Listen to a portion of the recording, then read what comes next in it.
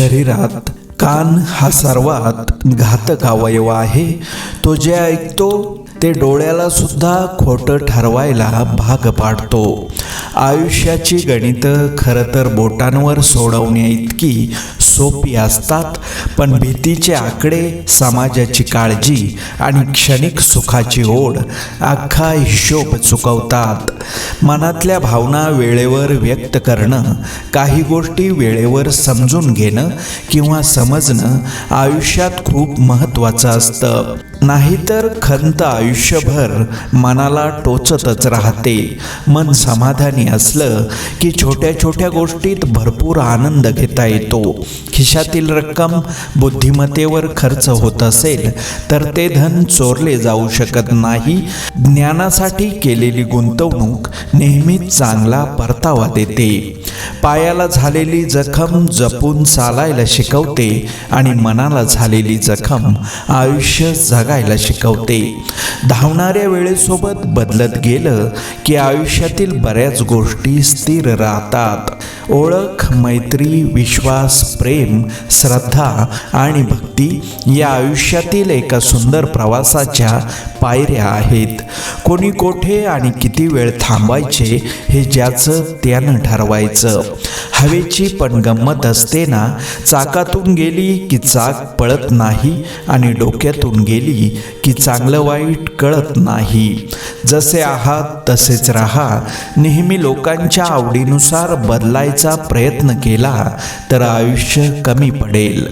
आपली वाटणारी सगळीच माणसं आपली नसतात, कारण वाटणं आणि असणं यात खूप फरक आहे. अपेक्षा आणि स्वार्थ या विचित्र खेळात एकदा माणूस अडकला की तो स्वतः सत्व, तत्व, मैत्री, नातं एवढंच काय तर माणुसकी पण विसरून जातो. प्रामाणिक आणि मनमोकळे वागणाऱ्या व्यक्तीला लोक पाठिंबा कमी देतात आणि बदनामीच जास्त करतात. ज्याला संधी मिळते तो नशीबवान, जो संधी निर्माण करतो तो बुद्धिवान आणि जो संधीचे सोने करतो तो विजेता. एखाद्याच्या रूपापेक्षा त्याच्या स्वभावावर प्रेम करा, कारण रूप एक वेळ फसवं असू शकतं, स्वभाव नाही. एक संधी गेली तर दुसरी संधी मिळते, पण एकदा गमावलेली संधी परत येत नाही. आयुष्यात नुसते यश मिळत राहते असे होत नाही. मोठं यश मिळवायचं असेल तर काही अपयशांचा सामना करावाच लागतो.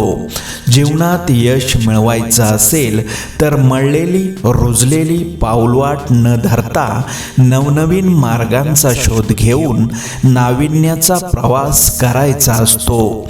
निराशेच्या आहारी गेलेल्याचा आत्मविश्वास कमी होऊन मनात न्यूनगंड निर्माण होतो. मानसिक आरोग्य ढासळून कार्यक्षमता मंदावते. श्रद्धेचे घरकुल ज्याचे त्यानेच बांधावे, अशा घरकुलात विज्ञानाच्या भिंती असाव्यात, विचारांच्या खिडक्या, माणुसकीचे आढे आणि उदारतेचे प्रवेशद्वार असावे. अशा श्रद्धा सदनात राहून जीवाचे सार्थक करावे. देवघरात मंद तेवणारी समई, निरांजन, तुळशी वृंदावनाजवळ लुकलुकणारी पंती यांच्या स्निग्ध प्रकाशातून निर्माण होणाऱ्या शांत पवित्र वातावरणाचं गारुड मनाला प्रसन्न करतं.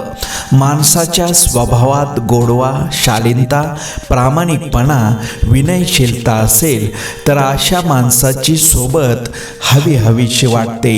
म्हणूनच बाहेर लक्ष लक्ष दिव्यांची आरास असूनही देवघरातील समईच्या तेजापुढे आपण नतमस्तक होतो.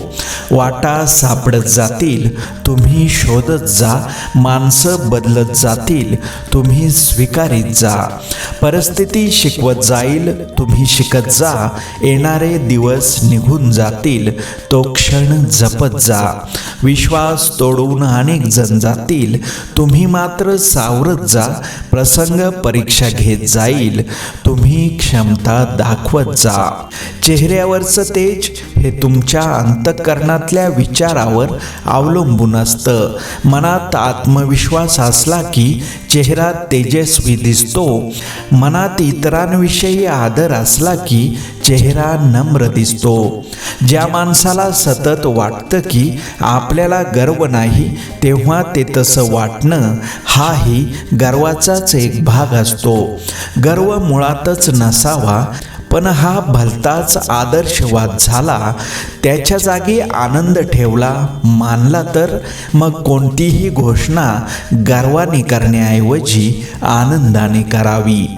प्रतिष्ठा म्हणजे भाकड ओझं.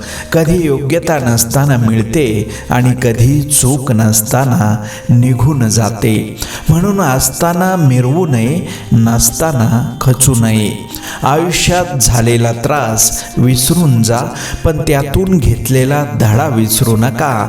यशस्वी होण्याचा नियम एकच आहे, तो म्हणजे लोक काय बोलतील हा विचार करणं सोडून द्या आणि घेतलेले अनुभव न विसरता आनंदाने जीवन जगा.